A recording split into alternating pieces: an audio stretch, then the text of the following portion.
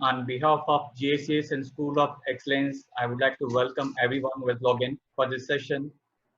Today, I would like to introduce Mr. Rajesh Kumar, who's a cybersecurity director in Netrica, and Commander Karthik Vik, who's a security professional with more than 20 years of experience. As friends, you know that technology has come with a lot of benefits and plus points. Similarly, there are some drawbacks, or you can say there's some security concerns also, which come with technology also. And now I would like to hand over to Rajesh. Rajesh, over to you. You can just give a small introduction about yourself and Commander Karthik Vik, and then proceed. Thank you.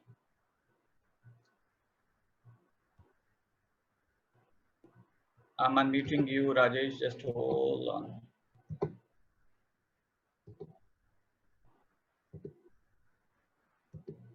Jatin. Okay, thanks. I think I am unmuted. Am I audible? Yes, Rajesh. Yeah, thanks, Parvez, and thanks, Jatin, for the opportunity. Good evening, everyone. Hope all of you are doing well and safe at home. Let's continue, stay safe, and use this time to learn something new. I'm Rajesh Kumar. I've been into the. You can move to the third slide, director.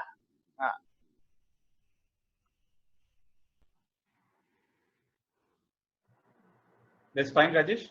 Yeah, you can move it to the third slide. Yeah, perfect. I'm Rajesh Kumar in the industry for almost 23 years. Worked in IT, network, security industry all across, and I have been there working for various organizations in past: Microland, Siemens, British Telecom, Airtel. I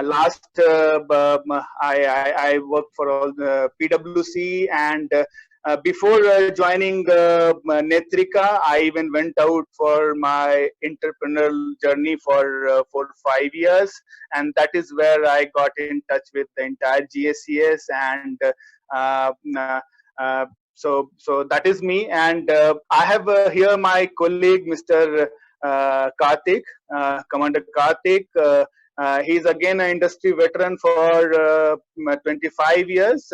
He has worked all across into Ministry of Defense, Ministry of Home Affairs, Petroleum and Natural Gas, Ministry of Shipping.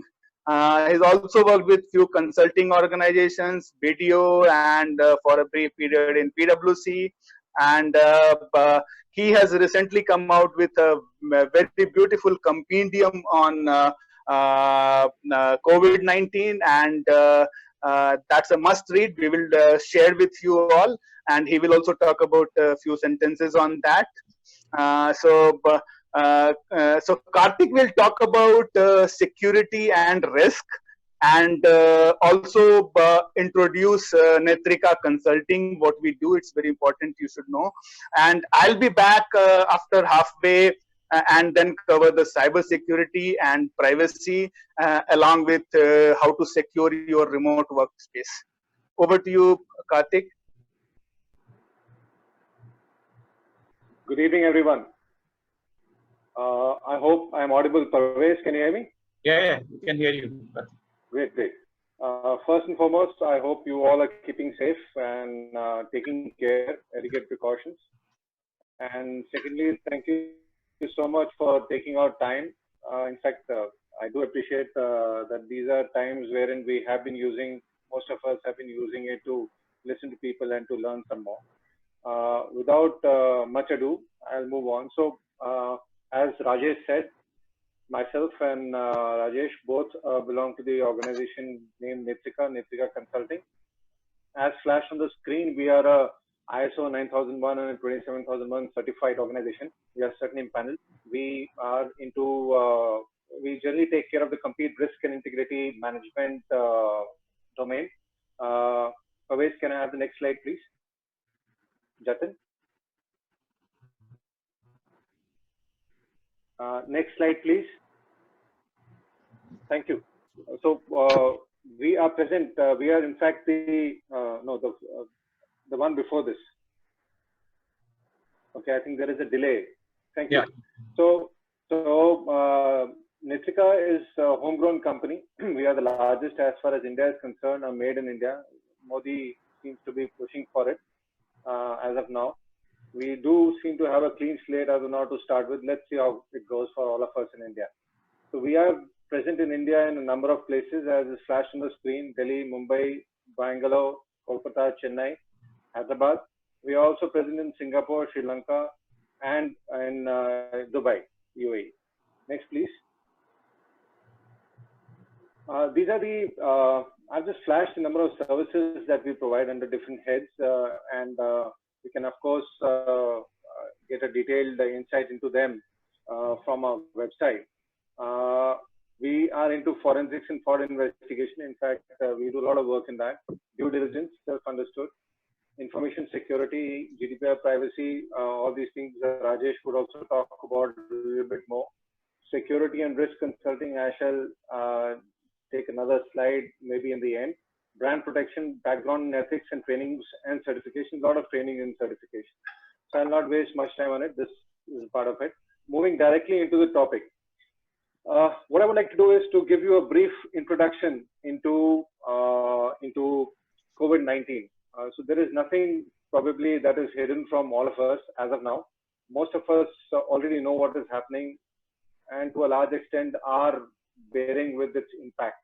So just to spend a little time on it and to recap whatever you know and to put it in a perspective which is essential for us security guys, or from a security viewpoint. It's essential that we understand two things as far as I realize it.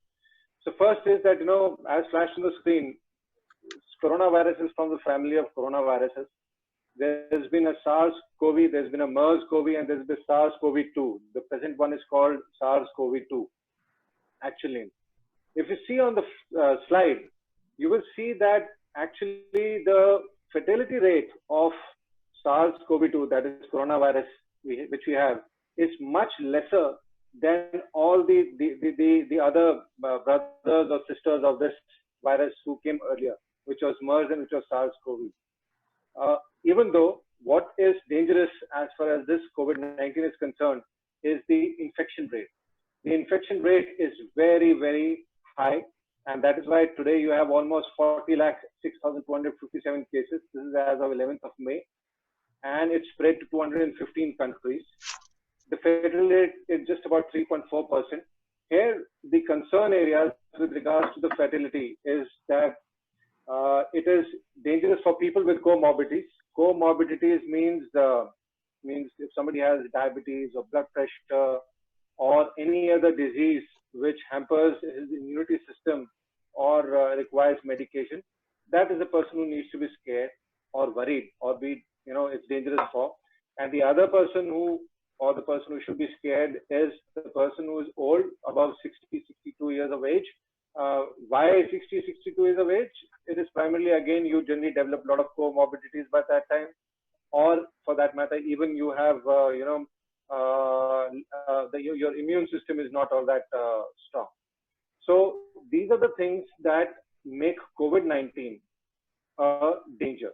And that is the reason why the government of India, like the rest of the people in the world, have gone about into a quarantine or isolation kind of a thing so as to restrict its spread. The reason behind restricting its spread is because our healthcare system is not ramped up enough to take care of people who come and start, collecting at the hospitals. So what is the need of the hour? And which all of us have realized as of now is that we cannot stay inside houses. You know, if we stay in our houses, we anyway are going to, our business are going to crumble, and how are we going to survive? And if we go out, we have a chance of getting infected, and thereafter a number of uncertainties are there. Why do you use the word uncertainties? Because as of now, one doesn't know everything about the virus. What does it do? How does it affect? We just know the bare minimum. There have been news in the medical fraternity wherein it says the virus causes blood clots. Blood clots have been when the postmortem has been done, it has been found in your intestines, in your lungs, and therefore it gives insight that one really doesn't know exactly how the virus is actually killing you. But suffice to say, the fatality rate is just known to be 3.4%. So that is something which is good. So the need of our is to change our lifestyle. This is not going to go away very soon. This is not going to go away overnight. As a security guy, we need to realize, because we are the ones who are entrusted with a number of jobs and responsibility in our organization, we have to realize and we have to make our fellow employees as well as our top management understand, if they have not got it till now, that this is not going away anytime overnight. Okay. We need to prepare for it. We need to change our lifestyles. We need to follow proper hygiene procedures, social distancing, maybe use of PPEs and what have you. And work from home itself brings about a lot of social distancing, but there are cyber issues related to it and IPL issues related to it, which Rajesh will cover. Thank you for the next slide. Moving on to thank you. So the corporate security requirements. Let's look at the corporate security requirements. These have not changed and they will not change, and we all are more or less security experts, as I understand, or people who are in the facility and administration and realize this. So let me just look at it. It has become more relevant, today. It has got more relevance today. More participation and buy-in is required of all the people that we have in our organization. So therefore, you need to convince your business heads and security through their everyday actions that they need to be bought in more as far as the security requirements are concerned. Use of social engineering and influence and manage change along with enforcement. Change management rather than enforcement is the need of the hour. You cannot force people to do it. We have seen, despite orders being given because of maybe limited understanding or whatever, we find people on the roads, we find people gathering in crowds.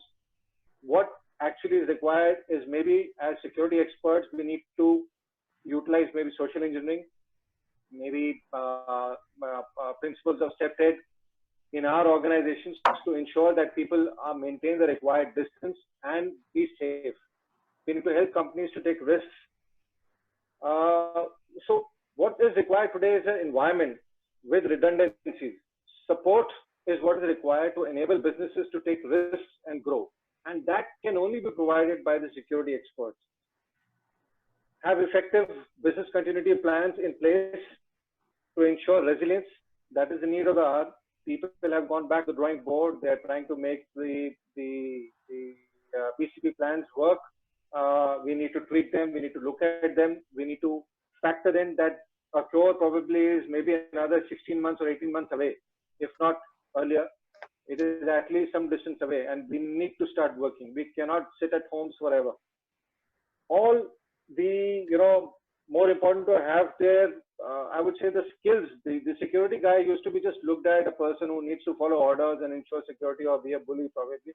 But what is required today of the security guys is to have a business acumen, people skills and management abilities, and be able to communicate your past, you should be able to motivate people and make the environment suitable for business by enabling the environment for business. Next slide, please. Request you for the next slide. Thank you. So what is the scenario in which the corporate security environments or the requirements are to be met? What is the environment that we have wherein we need to deliver as far as the corporate security requirements?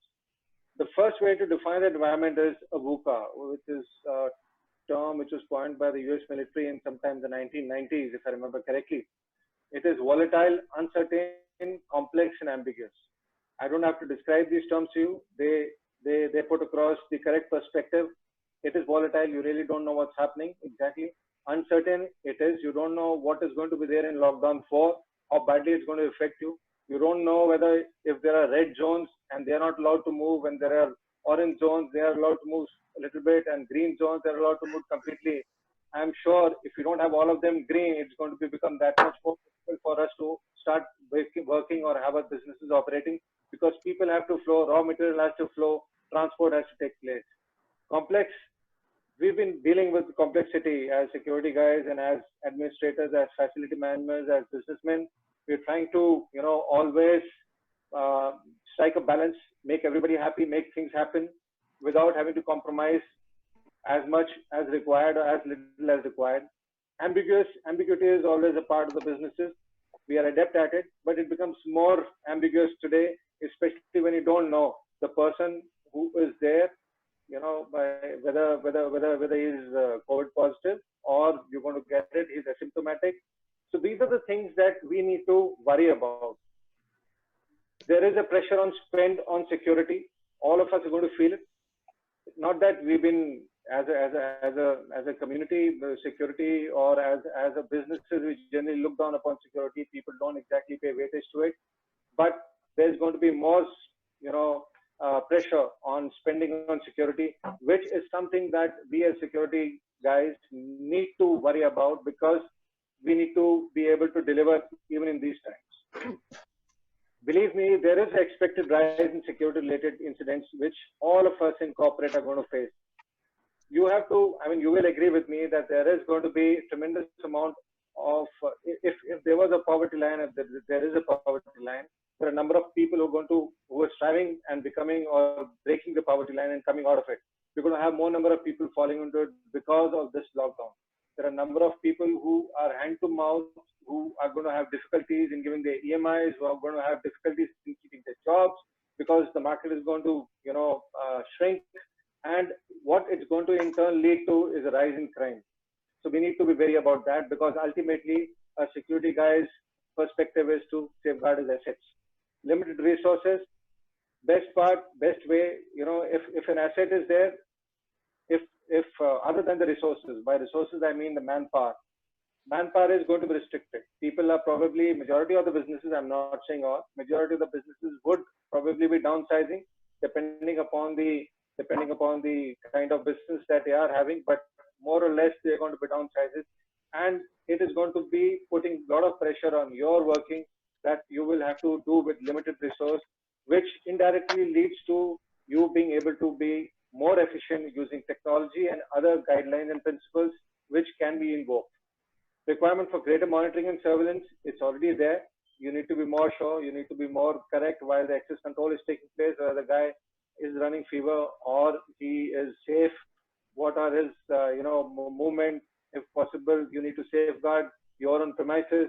So monitoring and surveillance is definitely going to increase. And mind you, we need to realize that all industries and sectors are affected. So the businesses which are going to be there, they're going to be affected by everyone or everyone. Primarily the sectors which are affected are aviation. We have the hospitality sector, which is very badly off. We have the reality sector. We have, to a certain extent, retail is also gone, and all other businesses, barring said maybe a few IT companies who seem to be doing well because they already have past orders and they're working on it. But as we get deeper into recession, even these IT firms are going to feel the crunch because they would not get people giving them more orders to work upon there and utilize their resources. Next slide, please. So continuing with addressing the security situations and the risk, what I did in the previous slide, I continued and I told you how we can address what are the various security and risk issues which may crop up and how we can be addressing them. The bottom line which we all need to realize and we need to convey is that conduct of threat and vulnerability and risk assessment is the start point. It is something which will be required always, and this is the only way that you can go about finding where and how you can, what the gaps exist and how you can, plug them. Resource optimization is going to be a requirement. This can only come about if you have a good threat, vulnerability, and risk assessment carried out in the present scenario, in the current scenario, wherein things have changed tremendously with the COVID-19 effect. We need to apply design principles such as social engineering, as I mentioned, or crime prevention through environmental design. Now, these things generally come about when you're designing a facility, but they can also be applied on a brownfield project or an existing organization or an existing facility, where you ensure that that a mix of all your social engineering, SEPTED, and other security principles will ensure that you're not spending that kind of a money which is required to take care of resource optimization and the prevalent security and risk requirements. Needless to say, preparation of a business continuity plan and implementation is an essential part. It needs to take care of all eventualities, and that is the way to go ahead. You cannot trifle with the requirement of health and safety for your employees and for their workforce working in plants and in organizations, manufacturing. Essentially require that ISO 45000 is implemented in letter and spirit, because mind you, there are going to be limited resources available to you in all aspects, and you cannot play around with them. You have to take care of them. At the same time, you cannot be spending too much, because it's going to be a tight fit as far as making things work and making things even is concerned. And last but not the least, training is the best way to go ahead for ensuring that the workforce that you have are trained to be able to multitask, be able to provide more or meet more requirements than they have been doing so far. So with resource optimization, probably if a job, if a resource A only did one job or two jobs, they would be interested with more than two jobs, and you would require them to be trained and up to speed so that they are able to do that. So this is what I feel is the ask. I just run through the security and risk offerings. I'm not going to run through all of them. They're flashed on the screen. Primarily risk assessment and audit, security advisory, crisis management, engineering and design for both brown and greenfield projects, executive protection, training is essential, physical security practitioner, TAPA certification, technical service. This is a must, in fact, in the coming days, because the moment you have less amount of monitoring in area, the less number of people, debugging will become a very essential part if you want to stop eavesdropping and industrial espionage. Other special services as marked on the screen, and embedded resources. So this is a good way to go about limited resources, having less number of people, less amount of stress on your payroll by having resources taken from somebody else, outsource the resources to somebody else, so that you're able to utilize the proficient and the skills, but at the same time do not have to worry about the pay which is required to be taken care of by the agency from whom you're outsourcing taking the outsourced resource. Next slide, please. Another aspect which I wanted to highlight was with regards to specifically the hospitality sector. Next slide, please. This is a global ITOR certification, which is an international certification. It takes care of the hotels, and in the COVID-19, your hospitality setup has been very badly affected, and that is where it helps them bring up to speed their requirements. The only way for them to start working or to get back into working or business is to ensure that their hotels are safe for customers, and that can best be brought about by a third party. Next slide, please. That can best be brought out by the industry, by a certification which we can provide. We can help you out with. This is primarily for hotels. It's this thing. It's as flashed on the screen. Next slide, please. I think I'm done. I'll hand over to Dish. I hope the presentation which I gave and spoke about security and risk made some sense. And if there are any queries, most welcome. We can take on the questions at the end of the presentation. Thank you. Thank you, Parvesh. Thank you, Jatin. Thank you. Thanks, Karthik. So Rajesh here again back. Okay, and Karthik covered about security and risk in general, and I'll be talking about on cyber crime, cyber security, and privacy issues which has come up in the current scenario, and also talking about securing remote workforce. Can you go to the next slide, please? Yeah. So unfortunately, times of such uncertainty and stress are prime times for even criminals and hackers. Here, let us understand some of the targeted coronavirus-themed spams and attacks in recent time. The first one is attack disguised as COVID-19 news or charity plea. Fraudster typically play with the human feelings of helping others in need and try to obtain donations for non-existent charities. We also started see emails and texts used for phishing in the name of Center of Disease, WHO. This actually brings users to a compromised fake site asking for email verifications and password. So this is very basic way to attempt to steal your credential, which is login ID and passwords and all. So cyber criminals have conducted a number of campaigns in the last 2-3 months, ranging from phishing activity to distribution of variety of malwares, trojans. Some of them I'll mention. While I'm speaking, you will find certain terminologies maybe a little technical, but not to worry. I'll ensure that you will understand the concept. Ignore the terminologies. If you understand, fine. Otherwise, ignore it.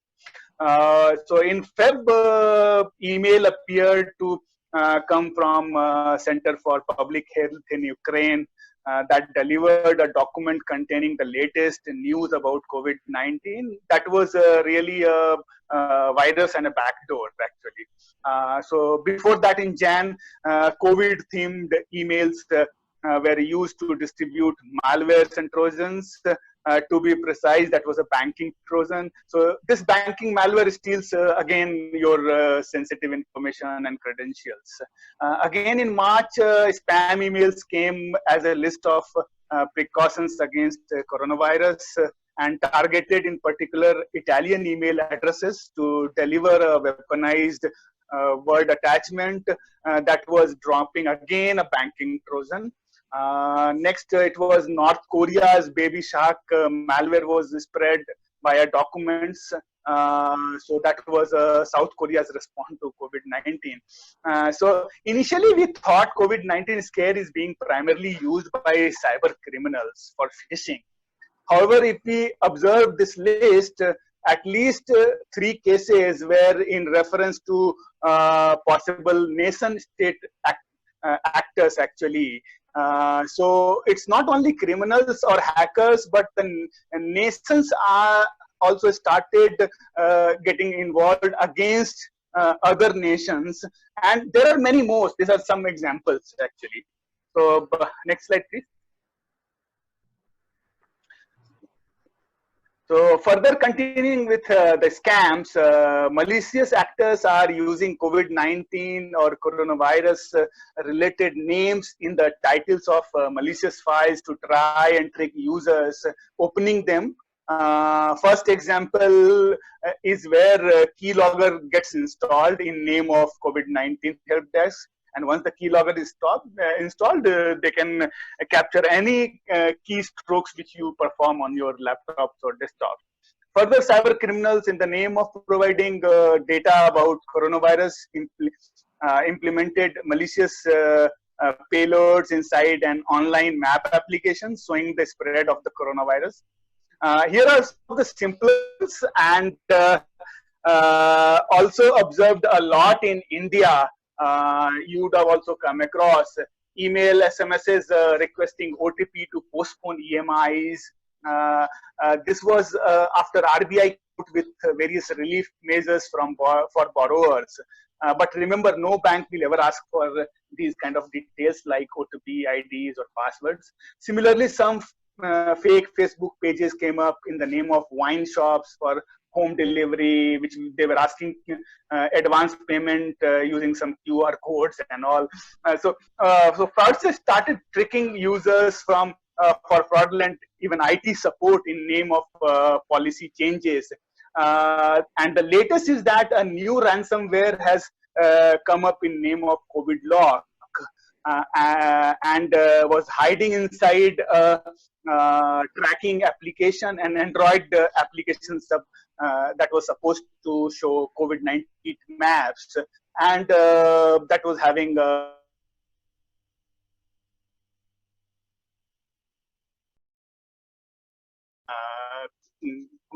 again kind of a ransomware in future.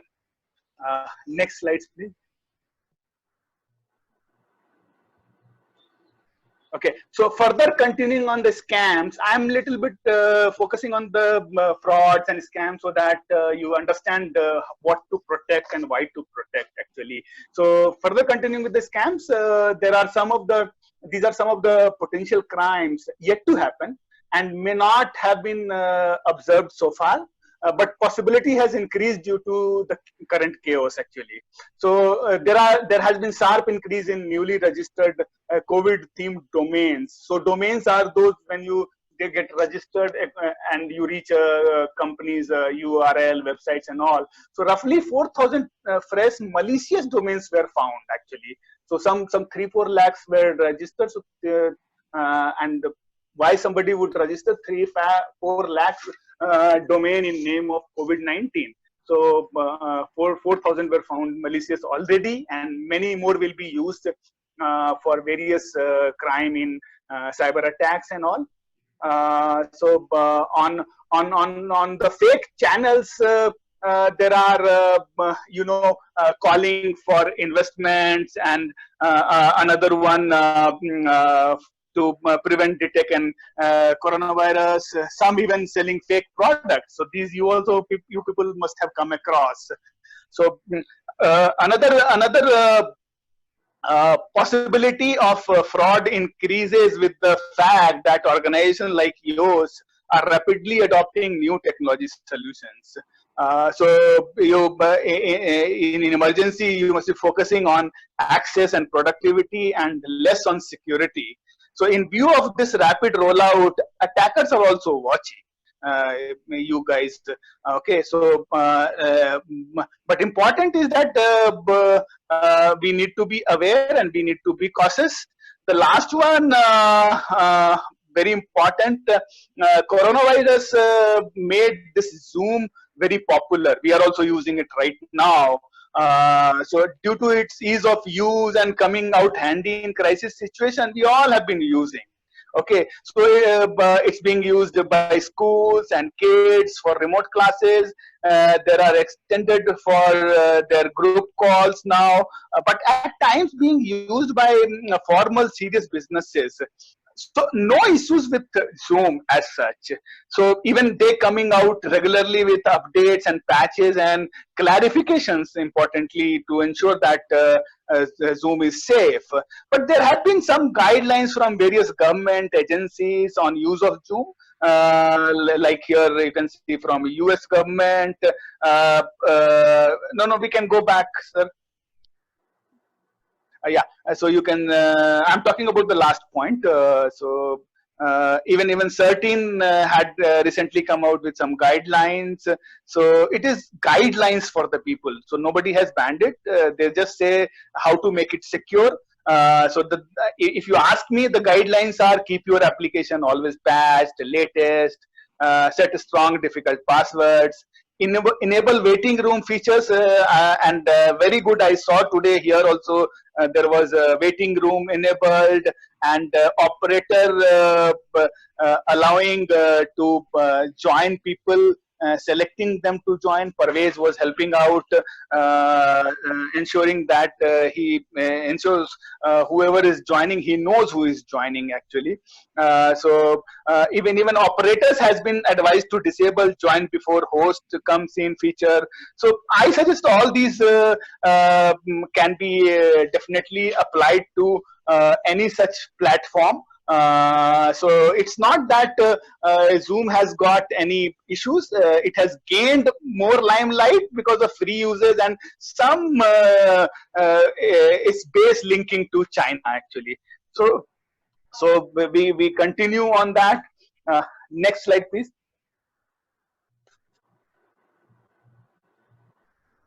Okay, so companies actually rushed to remote home working.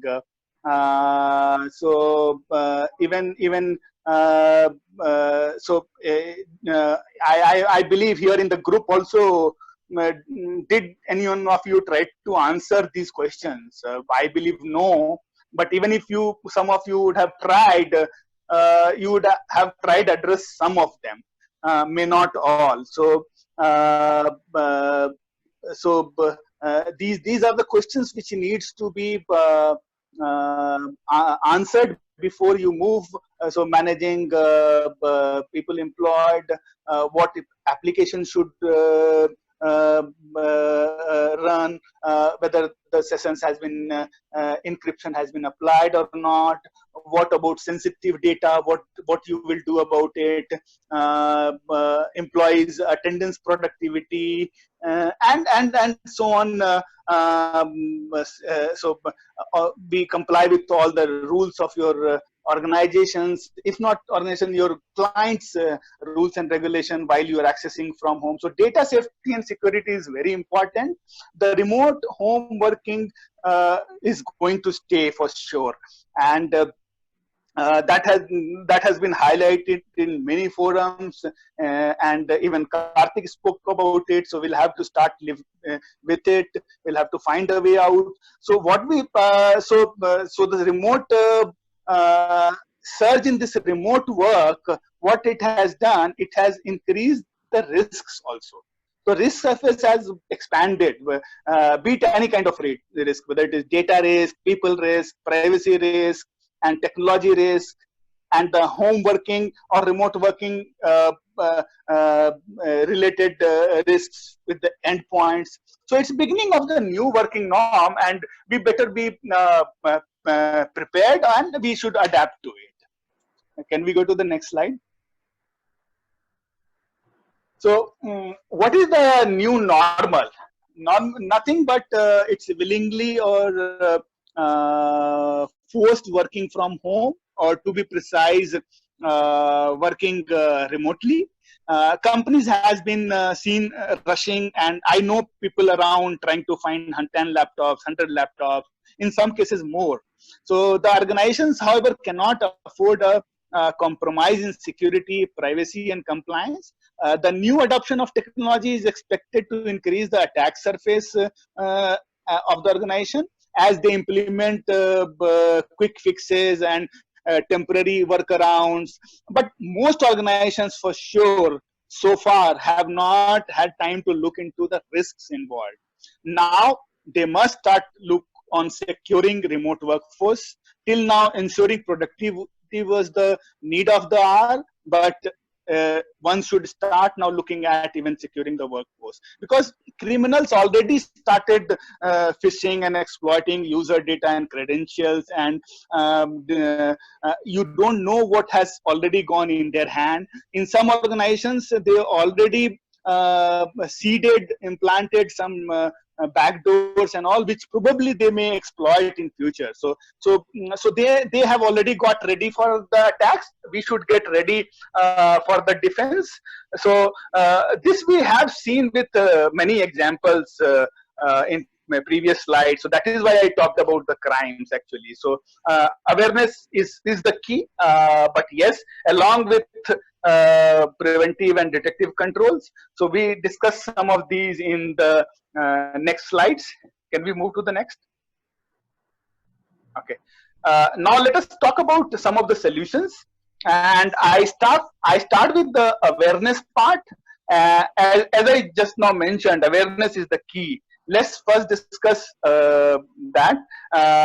Be aware of fraudulent emails claiming to be from experts who has vital information regarding the virus.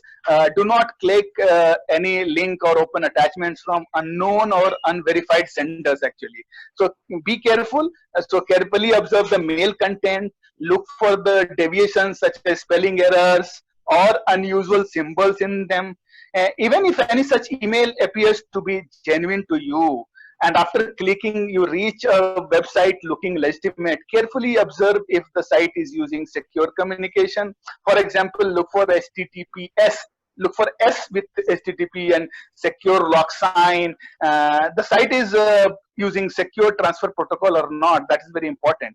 A fraudster often try to use addresses that only have a marginal difference to those the original ones, and they try and copy and pose which is very near to the original. Okay, so check for background before donating or making an to any charitable organization. Always try to go through official published sites. Be careful if asking donation in cash or other unusual channels.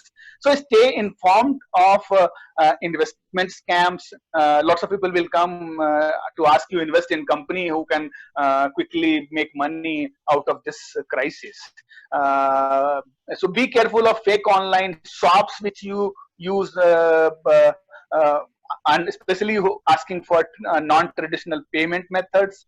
Always be mindful of what share on social media. Avoid sharing home while you're working from home. Avoid sharing your home working related pictures, as you may end up sharing. If you're not sharing, still the fraudster will guess some of the confidential information, and that is enough for them to take it to the next level of exploitation. So next is known that your people whom to reach out, you should know very clearly for IT issues. Raise alarm if you observe something unusual on your desktop or mobile devices. Remember we spoke some time back how fraudster trick your and hand over take your credentials in the name of IT support and policies. So be careful. Next slide.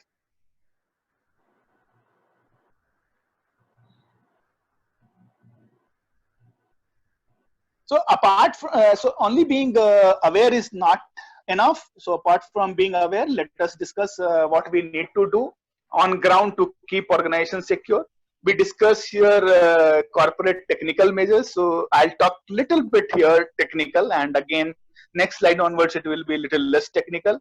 So it is increasingly important with the new norm that organization address security concerns head on and work to find ways that will keep remote workers safe. First one is that step up your authentication beyond the traditional password and username combination. One option is to add an extra layer of protection to account and application you use by using two-factor authentication, such as OTPs. That can be a good start. Organization can think of these to also be backed up by separate external authenticators, mostly using biometrics and using security tokens, geolocations. So these are some of the ways to enhance your authentication. So there are new standards even offering security by completely doing away with login password using private public key pair. I'll not talk about that in detail, but there are even methods where we don't even need login ID passwords. So all these add-on layers are cost to organization. So it is important that business find the methods that works best for their employees and fits in their budget. Other obvious choices are remote desktop and enterprise VPN that directly binds the remote user with the organization's network and servers. The best way to connect to corporate network is to have secure VPN with end-to-end encryption. To use these VPNs, user must either have the appropriate VPN software on their client devices and has a VPN gateway in office. There are many vendor solutions available for this. I will not talk about those.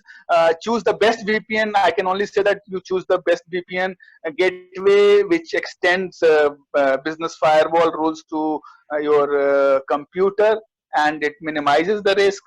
So so further evaluate the use of tools like DLP. With DLP is data leak prevention, and their architecture and implementation. So their implementation and uses vary organization to organization.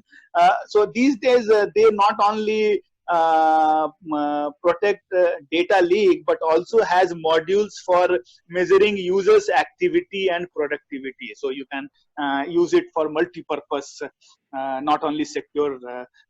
Security is one of them. So next, antivirus and anti-malware are must and have been serving well as endpoint protection for long now. So traditionally, endpoint protection has served as the first line of defense, blocking the known threats. So organization may start think of next generation EDRs that provide you while on one on like the next layer of security. It's providing capability to detect the threat, analyze intrusions, and respond to attacks. So they are little intelligent than the antivirus and all. So endpoint protection you can use and not only depend on signature-based protection. So next is using proper planned subnets and DMZs to keep publicly accessible components independent of internal network at like boundaries and all, which is firewall. Next is restricting remote access to all critical IT asset. So by default, revoke all direct access, revoke all admin accesses. So most important, log application uses and employee access and monitor them, so that if there is an issue, you are able to trace back and investigate. Use mobile device management to manage mobile devices, especially at your home. It is up to the organization how much allow personal device as part of bring your own device scheme in the organization and control them, because you can allow them and even go to an extent to wipe off all the data of those devices. So it depends on the organization and the contract between the employees, what they have. The next one, cloud, anyway now very popular due to its ease of access and availability all around, and it has already become a new norm. The organization have started ramp up the cloud migration. So we need to ensure that only thing is that in addition to all these, we need to ensure that OS and applications are patched all the time, automate the patch process so that you don't miss out on important patches, ensure that antivirus, anti-malware is there, and not only there, it is always updated. Try as much as possible to automate these processes. Next slide, please. So, no. So sorry, back. Yeah. So I talked about enough the technical part. Now I'll cover a little bit more on the process and the endpoint side. So now alone the technical measures and newer technology deployments cannot guarantee the success of remote working. Okay, so not at least from security perspective. So we need to ensure adequate policies are in place, or at least some fine tuning has been done to the existing policies and they are enforced. First thing, organizations should update their cybersecurity policy to include home and remote working. I'm sure none of the organization we are working would have already included such kind of contingency of remote working. Employees should ideally use IT equipment provided by company. This should be part of the policy. If not, the personal devices should have similar business grade security solutions also deployed. So try limit access to per service basis, per task basis, per session basis. So what's more, the password management, yes, very important process, has to be simple and understood by all. Remote work, say in office you call the IT guys and get things done, but remote workers you need to understand, and you have to keep those simple because understanding become easy. But remote worker or not, employee need a simple and safe way to create, store, manage, and passwords. So the next obvious choice is disallow USB, Bluetooth, unnecessary ports on your endpoint devices. So the policy should strictly disallow any remote access or networking software such as remote desktop, TeamViewer, AnyDesk, and other similar application. I know we use a lot this kind of application in times of crisis. Not only crisis, IT uses a lot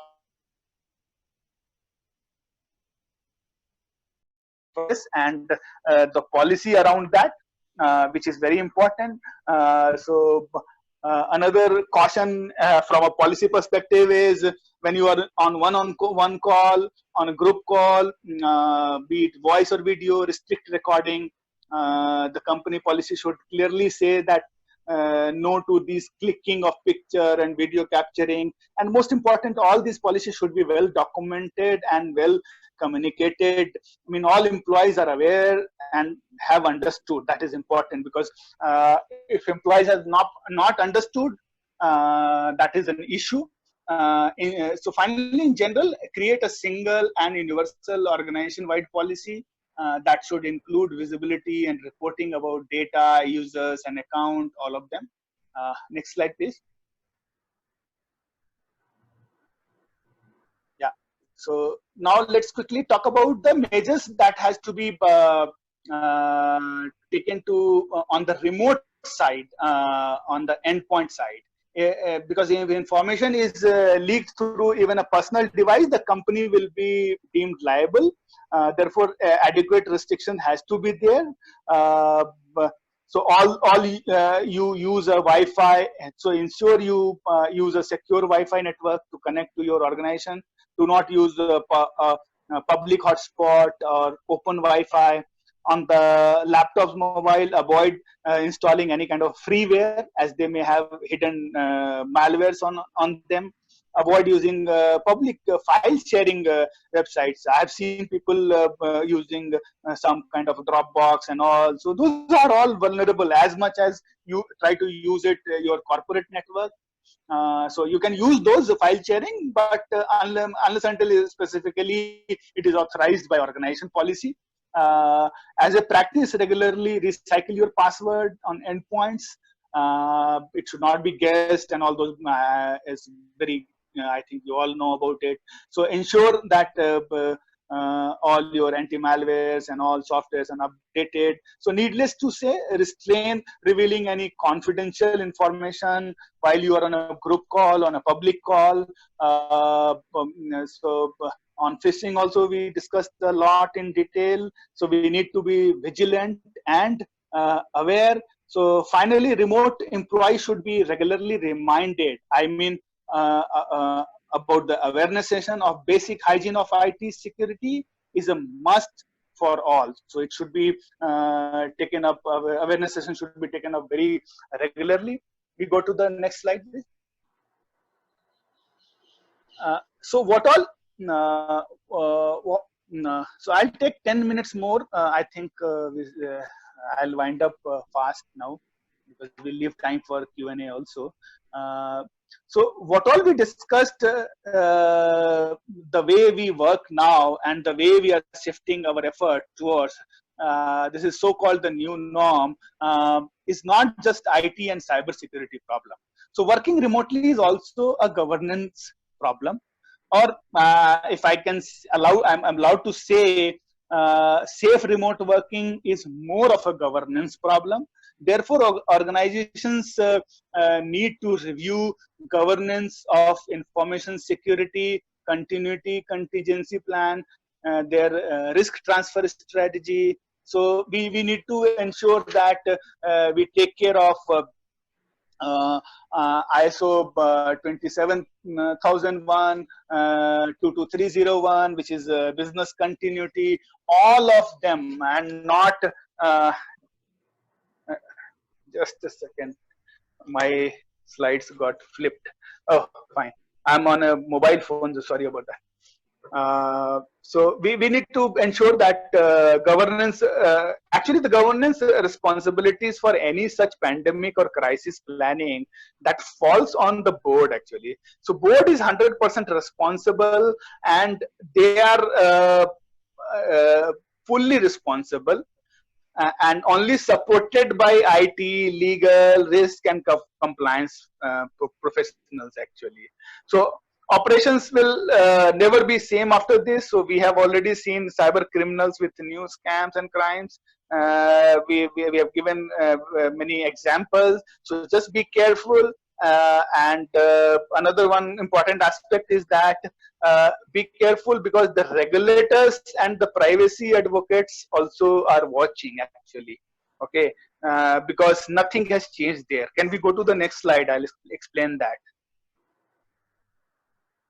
So we looked so far from cyber security perspective. Now let us look quickly these from a data privacy angle, and why important and it matters so much. So organizations are responsible for handling personal information, and by not handling personal data adequately, we put individuals at risk, and also organizations' reputation is at stake.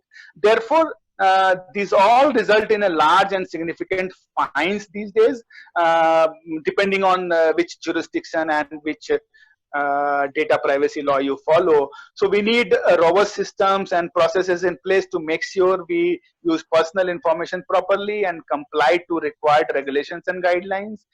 In fact, this gives us an opportunity to make privacy central to what we do. And on importance part, data is corporate assets, and to note an very important asset, now it is known as the new oil.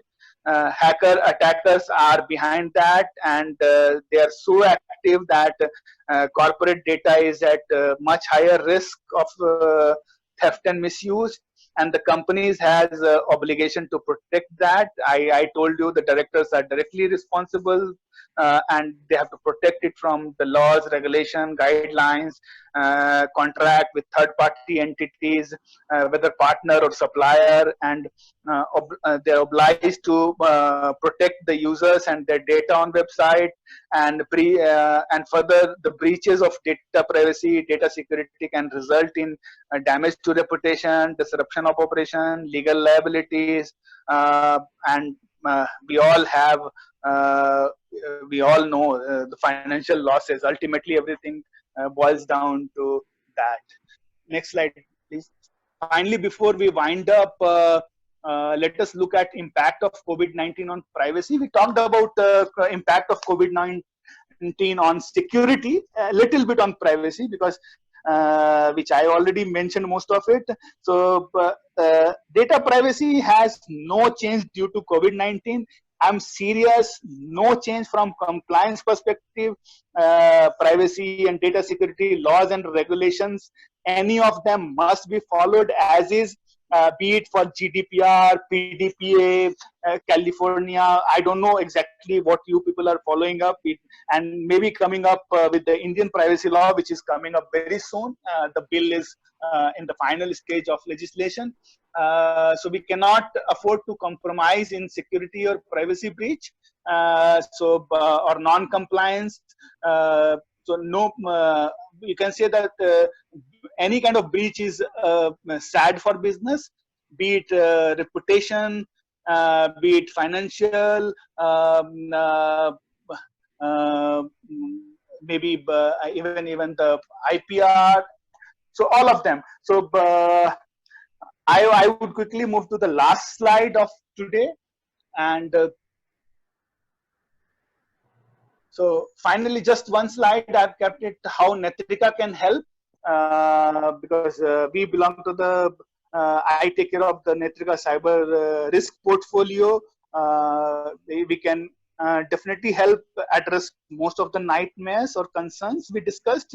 So do talk to us and connect to us.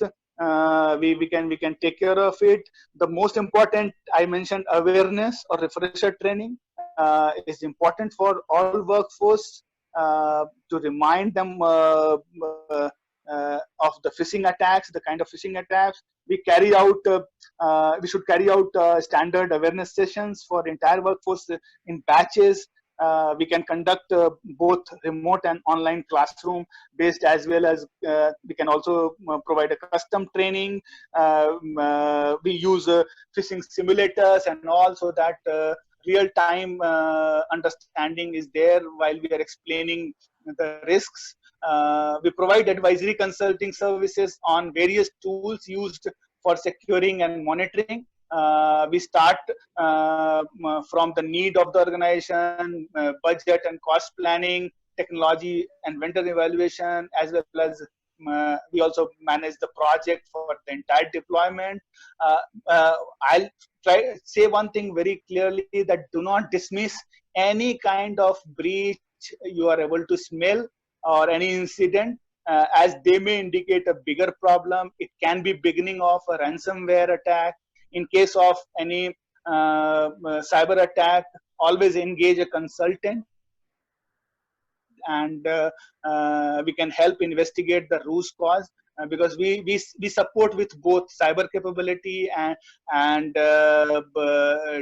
which defends and protects, as well as forensic capability that can help you investigate, review your network applications. So all critical infrastructure, VAPT is very common. We do it for network, we do it for your website, we do it for your application, any public IPs which are exposed, we take care of that. We carry out threat monitoring, compliance audits, and with related to privacy laws, whether it is GDPR, CCPA, PDPA, do let us know. And finally, organization should seriously look at ISO 27014 and 22301, along with ISO 27001 assessments. We carry out all of these assessments apart from the privacy audits, and help on that. Yeah, I think you are right. You went to the next slide. Thank you so much. So, if there are questions, I would request Karthik to take up a few of them till I read the rest of the questions.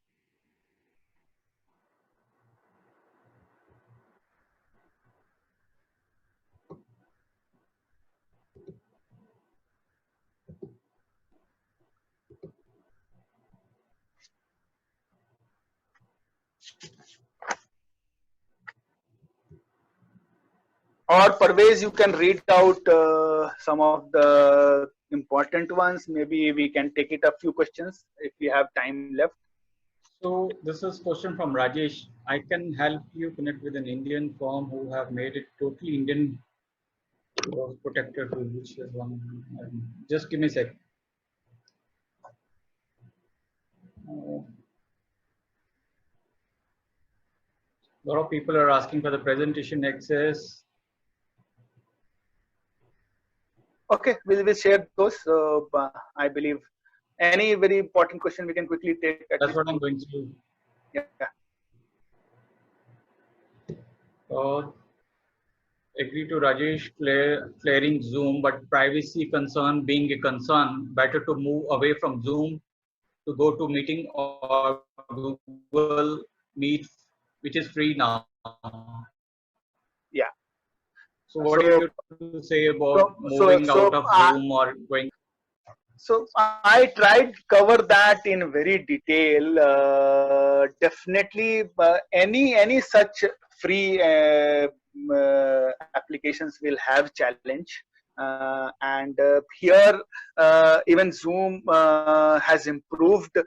They're every time coming up with guidelines, and even the challenge is only because since it is free and people have been using a lot, and they have some connect to origin from China. People have been somewhere the data concern is there.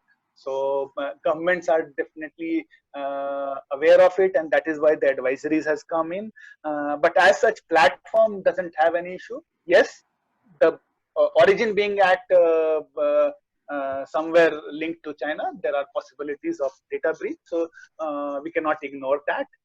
Definitely, I would not say the free versions you should.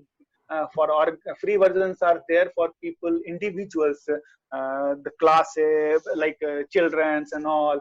But you should go to a subscribed version of these platforms where security is a contract between the provider and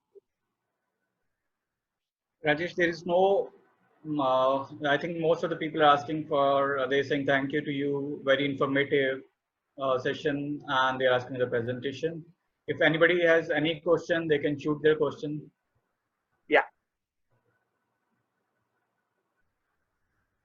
Okay, we'll share the slides, the PDFs I have already shared with you. You can forward it to us and keep us also in CC. The only thing is, good part is that yes, let us know if we can be helpful.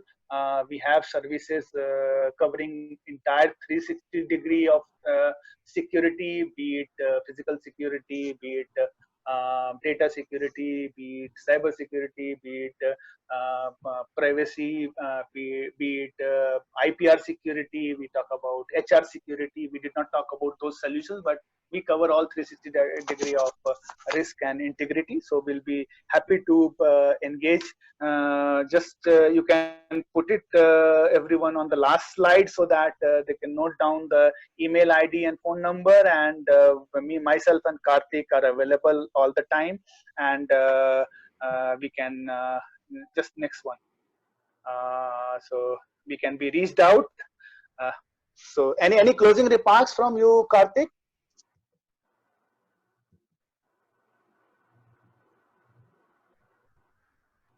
Jatin, can you mute Karthik, please?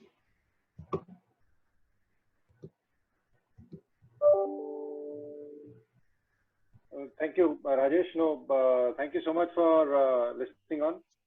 In case there are any queries with regards to the incorporation of security elements in the COVID-19 scenario, please do connect with us. We'll be more than happy to help out. It is definitely challenging times, and it will require some out-of-the-box thinking, and also my implementation has to be much more stricter, because I don't think people will have enough leeway to play around, and leave it to things to happen on their own. Thank you so much. And I would just add, please go to netrika.com or netrika.in, download the compendium. Karthik has authored it and compiled it. So it's a wonderful document in one place. Anything you want to know about COVID-19, whether it is origin till what measures we should be taking, so that would be useful document you can download. So thank you, Rajesh. Thank you, Karthik. I think you have told the audience that keep on using the technology, but you have to make sure you have to save yourself also from the cyber crime, how to save yourself. Thank you so much. It was a very informative session. And thanks to all the participants who has participated in this session. On behalf of GCS and School of Excellence, I want to thank my speaker Rajesh and Karthik, and all of you who have attended the session. Thank you so much.